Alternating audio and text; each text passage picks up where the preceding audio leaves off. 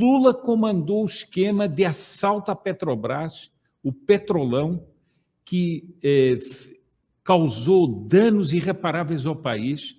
Eles assaltaram fundos de pensão da Caixa, dos Correios, de tudo isso, mas ele é um homem com respeito ao cargo de presidente da República. Não sei se você sabia disso. Agora eu pergunto o seguinte, isso é uma jornalista?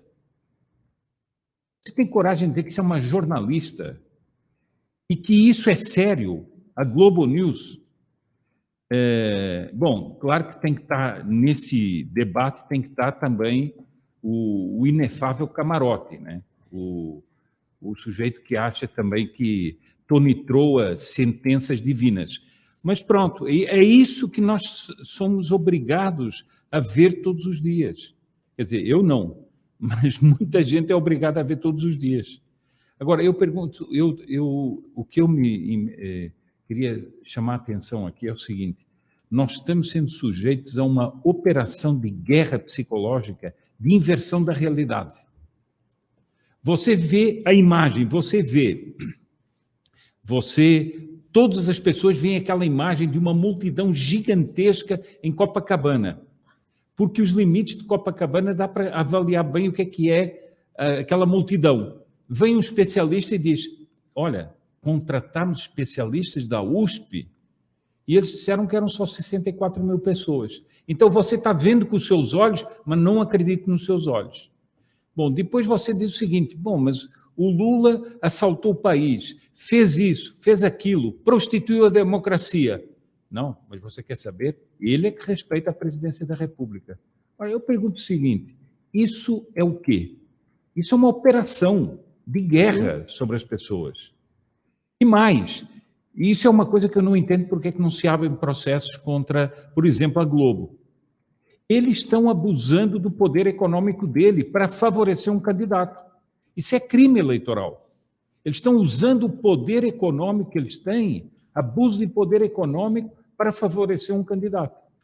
E era natural que, no dia do bicentenário da independência, estivesse o presidente de Portugal, estivessem representantes de países que faziam parte desse imenso império português, não é? E isso foi uma ideia que eu achei bastante louvável, porque creio que isso partiu da presidência da República no Brasil, da diplomacia brasileira, e isso acho uma coisa muito importante. Chamou uma atenção essa declaração, agora saindo dessas pessoas, chamou uma atenção essa declaração do Netanyahu, que nesse momento não ocupa nenhum cargo, mas que alguns apontam como o próximo primeiro-ministro de Israel. Há uma crise política ali em Israel, devido a muitas razões, mas ele é possível que volte ao poder. E ele ter feito essa declaração e ter feito essa manifestação em relação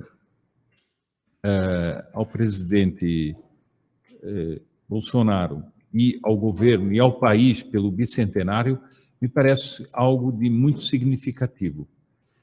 Eu acho que nós estamos diante de algo inesperado para muitas pessoas que se alimentam das versões que a mídia espalha pelo mundo. Porque as pessoas, eles batem continuamente num líder que eles chamam fascista, golpista, arruaceiro, que agride as instituições, etc. Bom, mas as imagens que estavam ontem, que foram vistas ontem, e foram retransmitidas a vários países do mundo, falam exatamente do contrário, de uma população tranquila, de uma população que dá apoio a um líder que, como ele disse muito bem, joga dentro das linhas da Constituição em relação a outros que estão fora das linhas da Constituição. Então, eu pessoalmente, que até tenho um certo, digamos assim, um certo conhecimento do Presidente da República português, eu vi e analisei muito a expressão fisionômica dele. Primeiro, ele estava desagradado, porque ele tinha feito uma brutalidade diplomática com o país e com Bolsonaro, e não podia deixar de sentir o que é uma bofetada de luva branca, que é ter sido convidado para as cerimônias. Mas, segundo, eu acho que ele ficou impactado com o apoio popular ao desfile, porque esse é outro lado muito importante, apoio popular ao desfile militar. Ontem, Carlos, nós vimos uma imagem de Copacabana que você até comentou, não é? Que tinha vários militares no meio do povo ali, e que eram como o povo assistindo àquele espetáculo, aos aviões que passavam, etc. Bom, isso impactou o presidente da República em Portugal, é claro, e as multidões que estavam ali também impactaram. E eu duvido que em conversas com outros líderes, em conversas com líderes da política portuguesa, em off, não é? Fora dos microfones, ele não manifeste surpresa de ver o que ele viu. Então, essa é a leitura que eu faço da presença dele ontem ali no palanque oficial. Eu acho que isto aqui talvez tenha sido e seja um dos movimentos mais graves da política nesse momento. Eu diria o seguinte: nós estamos diante de uma maquinação de um golpe de Estado. Isto aqui não é birrinha de Senado e não sei o quê. Isso é o seguinte: ontem houve a comemoração oficial, houve o desfile cívico militar tradicional do 7 de setembro, com a presença das Forças Armadas, com a presença de até autoridades estrangeiras, e o senhor Fux se recusou a ir, como representante do Supremo Tribunal Federal. O senhor Pacheco também, como presidente do Senado, se recusou a ir. O senhor Lira inventou que estava em campanha e hoje já não está em campanha, já está aqui nessa sessão. E isso é uma declaração de ruptura das instituições. Essas pessoas falam tanto em instituições, essas pessoas falam tanto no respeito à democracia, no respeito às instituições, eles estão rompendo com as instituições. Aquela comemoração é uma comemoração que se dá todos os anos, essa era especial, era o bicentenário, e estes senhores fizeram uma sabotagem e não apareceram. Mas o senhor Pacheco tem agido sempre, nos últimos tempos, como se ele fosse o presidente da República. Ele vai escrever, vai sentenciar por Twitter, como se ele fosse o presidente da República. Ora, isso marcha, a meu ver, para uma ruptura profunda das instituições no país. E eu até depois queria comentar aqui o artigo que saiu ontem do ex-presidente Temer no estado de São Paulo, que é exatamente o contrário do que ele está fazendo aqui, que é acentuar a ruptura das instituições. Por que essa é a verdadeira comemoração do 7 de setembro? Quer dizer que então o presidente da República não é mais nada? Isso quer dizer o seguinte: nós temos um governo paralelo montado pelo senhor Pacheco, pelo Supremo Tribunal Federal, e que, vejam, que eles colocaram o senhor Randolfo Rodrigues para falar, que além de ser o representante da campanha do Lula, é um sujeito que está usurpando uma função pública de substituir ao Procurador-Geral da República, e o que nós vemos é o seguinte: isso aqui é a representação da oligarquia, a representação de uma oligarquia que não tem ligação nenhuma com o povo. Qual é o povo que está com essa gente? Ninguém. Agora, eu, sinceramente, a pessoa pode tomar esse fato como se fosse assim, mais ou menos uma birra, uma briguinha, etc. Eu não considero isso. Eu considero isso muito grave e considero a consolidação da ruptura institucional que nós estamos vivendo no Brasil. Há uma ruptura institucional de um golpe de Estado em marcha contra o presidente da República. E essas pessoas todas estão colaborando com isso, a começar pelo Sr. Pacheco, que é o organizador dessa sessão de contestação. Por que ele põe o Sr. Randolfo Rodrigues para falar? Por que o senhor Pacheco, que há poucas semanas atrás recebeu com tapete vermelho o Lula lá no Congresso, ele não considera isso uma sessão eleitoral ou uma propaganda eleitoral direta ou indireta a favor do candidato Lula? Eu sinceramente, vejo uma deterioração muito grave das instituições no Brasil, daqueles que falam em nome da democracia e das instituições. E nós vemos que o presidente está com o povo e está com as Forças Armadas. Eu volto a lembrar o artigo, eu até poderia procurar aqui a frase, eu volto a lembrar o artigo do José Roberto Guz, em que ele diz o seguinte: por incrível que pareça, nesse momento, o Brasil está sujeito a um golpe de Estado que está em marcha. E, por incrível que pareça, é um presidente de direita e são as Forças Armadas a barreira que torna, que poderá evitar esse golpe de Estado no Brasil. Anderson, eu, sinceramente, acho extremamente grave esse fato que está ocorrendo agora. Não só porque as pessoas vão dizer que é sem povo, claro que é sem povo, claro que é tudo, mas do ponto de vista institucional, isto é uma ruptura, é a declaração de uma ruptura. O presidente da República não é mais nada. Para eles. Só que eles é que não são nada.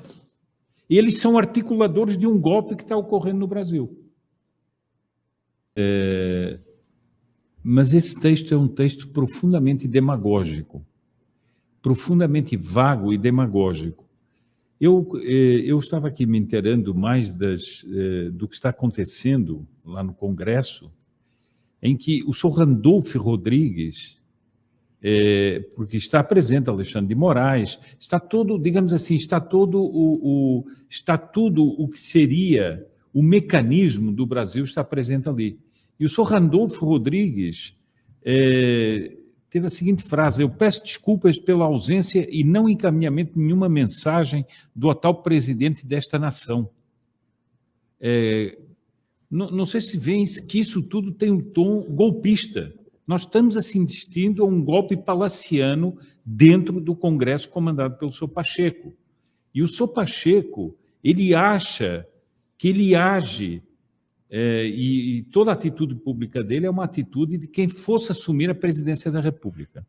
Bom, agora veja o seguinte: o senhor Temer está dentro dessa sessão do Congresso, participando dessa ruptura institucional, enquanto ele escreve ontem um artigo dizendo que nós precisamos de uma grande concórdia nacional.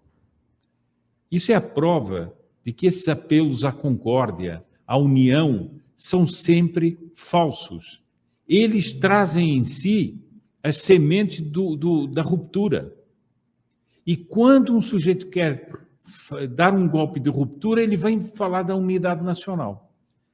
Veja o seguinte: a comemoração do bicentenário precisa ter um novo grito, o grito do diálogo. Isso parece uma coisa extraordinária, o grito do diálogo. O que é isso, o grito do diálogo? Bom, é hora de um pacto nacional. Por que é hora de um pacto nacional? Porque o Temer disse que é hora de um pacto nacional.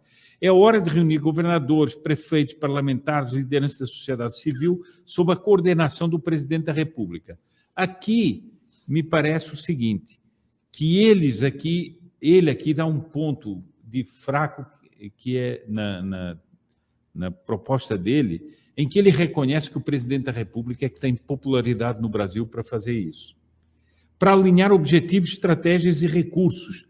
Bom, é muito fácil alinhar. O presidente da República foi eleito e tem um programa. E se ele não for sabotado pelo senhor Pacheco, se ele não for sabotado pelo senhor Alexandre de Moraes, se ele não for sabotado pelo senhor Fachin, pelo senhor Barroso, esses esses objetivos, estratégias e recursos poderiam muito bem se alinhar. Nós precisamos de um novo padrão de desenvolvimento e de relacionamento baseado na convivência e na paz. Mas qual novo relacionamento? Os brasileiros estão na paz. As manifestações de ontem, as comemorações de ontem foram de profunda paz social no Brasil. Qual é o relacionamento baseado na paz? Ou a paz é a paz, como diz o Carlos, a paz do pântano, a paz do mecanismo, em que todos, como dizia há dias o Bolsonaro, o presidente Bolsonaro, em que todos roubavam e pilhavam o Estado em paz. Que estes 200 anos da independência semeiam um setembro branco no calendário nacional. O que é isso? Setembro branco? O que é isso? Não, o setembro é verde e amarelo mesmo. Que as ruas se enchem de brasileiros e brasileiras orgulhosos de pertencer a uma pátria justa e própria. E o que é que nós tivemos ontem? Foram milhões de brasileiros que foram às ruas dizendo o seguinte: nós nos orgulhamos de ser dessa nação e queremos que essa nação não seja governada por essa gente. Foi isso que as pessoas disseram. Agora, uma das coisas que eu acho mais perversas desse texto.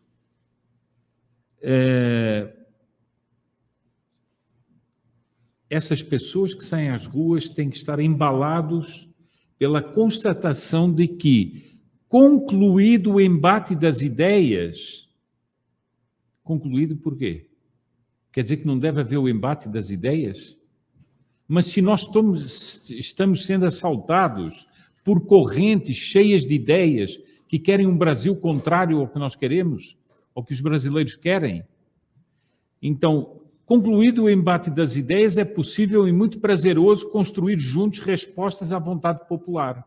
Ou seja, traduzindo, deixe esse pessoal do povo de lado, e vamos nós todos fazer outra vez aquele conluio. O conluio sem ideias, entre aspas. O conluio da paz em que nós vivíamos. Traduzindo, é isso. Fazer do Grito Ipiranga uma voz contemporânea, transformada em conversa de convergência. Convergência do quê? Mas convergência do quê? E chamamento para a refundação do país. Isso aí é gravíssimo. Quer dizer que nós temos que refundar o país? Ora, refundar quer dizer dar novos fundamentos ao país. Ora, o Brasil já tem mais de 500 anos, não precisa ser refundado. O Brasil tem os seus valores que acompanharam estes 500 anos, a começar pelos valores cristãos. O que quer dizer refundar o país? Refundar o país com base em que valores? Nos valores das reuniõezinhas e convescotes que essa gente frequenta? Bom, fazer um real projeto que paire acima das disputas ideológicas. Que conversa é essa? Por que tem que pairar acima das disputas ideológicas? As disputas ideológicas são muito sãs e sadias para o país. Ora, o que estes senhores querem é o seguinte: calar a voz daqueles que dissentem da ideologia minoritária que nos quer escravizar. E como o povo vai às ruas e é contra isso, e brada na cara dessa gente que a nossa bandeira jamais será vermelha, então é preciso acabar com as disputas ideológicas. Estes que falam isso, de acabar com as disputas ideológicas, com essa voz de mansidão, só têm uma intenção: amordaçar aqueles que hoje são do campo conservador e dar livre curso às ideologias de esquerda que nos querem escravizar.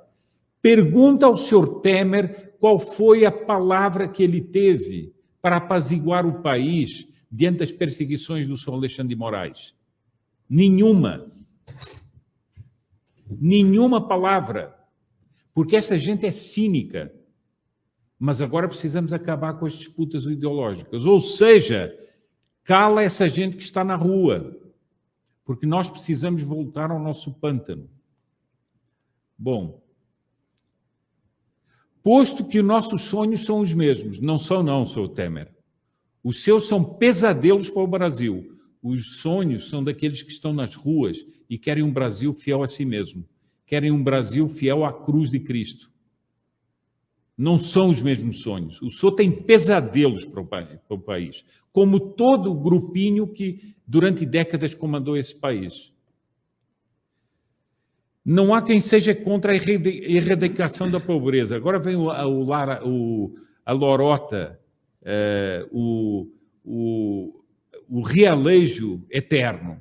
Ninguém é contra a pobreza, ninguém é contra a erradicação da fome, ninguém é contra a emancipação de todos os brasileiros. Emancipação de todos os brasileiros? Mas emancipação do quê, senhor Temer? Emancipação do quê? Os brasileiros estão se emancipando de vocês. Os brasileiros estão se emancipando da escravatura ideológica e política a que uma minoria oligárquica submeteu o Brasil durante décadas. O Brasil está se libertando, está se emancipando. A prova são as multidões e os milhões de brasileiros nas ruas ontem. Acabei de receber aqui, durante a programação, fotografias de Juazeiro do Norte. Impressionante. A manifestação em... Com água. Exatamente. O Nordeste com água. Então, temos que ter a emancipação de todos os brasileiros. Vejam que este discursinho meloso, no fundo, é um discurso traiçoeiro e é uma proposta traiçoeira. Serão a paz e o fim das desigualdades o nosso novo grito do Ipiranga. Ah, é? Sabemos isso. Serão a paz. Que paz? A paz podre dos pântanos? Essa não existe, Sr. Temer. A paz verdadeira está naqueles que aos milhões foram às ruas ontem afirmar o Brasil. Foram afirmar nas ruas que eles querem um Brasil pacífico, que eles querem um Brasil que não esteja sujeito ao crime, que eles querem um Brasil que seja verdadeiramente próspero, que eles querem ser ouvidos e não a ser amordaçados, que eles querem que o Brasil seja aquilo que vive nos corações deles e nas mentes deles e na tradição que fez o Brasil grande.